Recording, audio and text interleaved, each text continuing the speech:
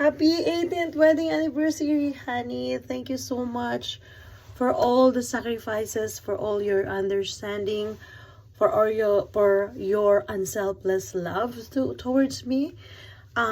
It could have been difficult if it weren't you, my husband. Kung hindi ikaw yung asawa ko, hindi siguro magtatagal ng ganito katagal ang ating pagsasama. Maraming salamat sa pag-iintindi, minsan sa pagbe-baby mo sa akin, sa pagmamahal mo sa amin dalawa ng anak mo, and even for loving my family too. Salamat, and I'm so sorry kung minsan nagpapa-baby ako so much. Pero thank you so much, Han. I'm so blessed na ikaw yung napangasawa ko. 18 years, hindi yun matatawaran. That 18 years has passed na magkasama pa rin tayo through thick and thin. And I still love you. I still feel the love, and I'm still super in love with Eugene Garcia, my Kuya Eugene that I met in Taiwan,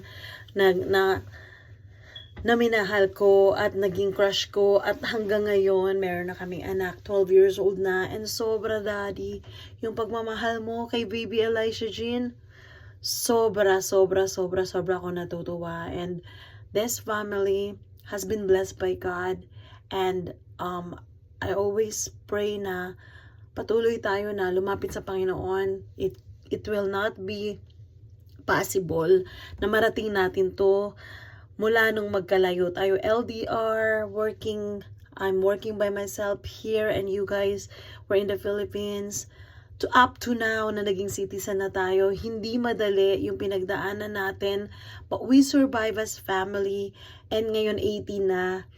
Thank you so much. And pabayaan mo na ako kung nagre-request ako na pakasalan mo ulit ako. But actually, nasa sayo na yun, honey ko. So, more than almost 2 decades na tayong nagsasama.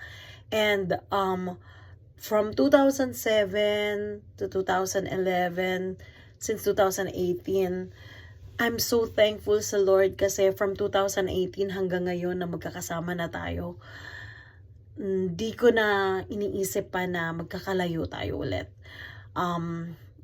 Dumadating sa point na I just wanna go back to the Philippines by myself. Niloloko kita na padalan mo na lang ako sa Philippines.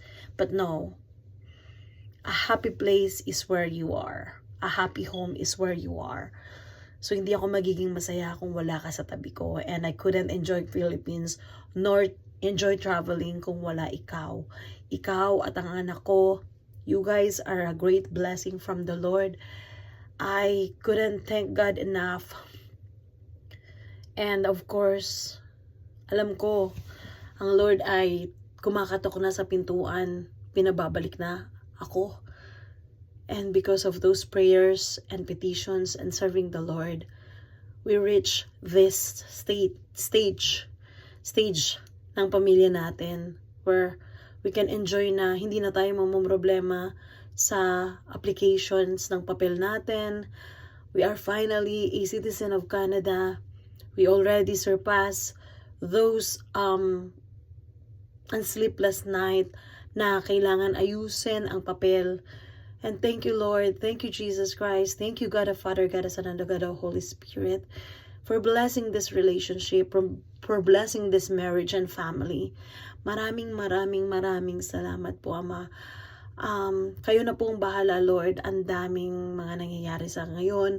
Napakahirap. But Lord, with your guidance, with your awesome power and presence in this family, I know, Lord, na you planned this family to be blessed, mag-overflow ang lahat ng pangangailangan, na hindi na kami mangangailangan, hindi na kami manghihiram, and I know that it will come soon. We just need to trust your moving and your plan for our lives. So yan, honey, I love you, Daddy. I love you, baby Elisha Jean. Thank you so much. Happy 18th wedding anniversary, honey. Sige, pakasalan mo ko ulit, ha? Pakasalan mo ko ulit when we reach 20 years of our wedding anniversary. Ha?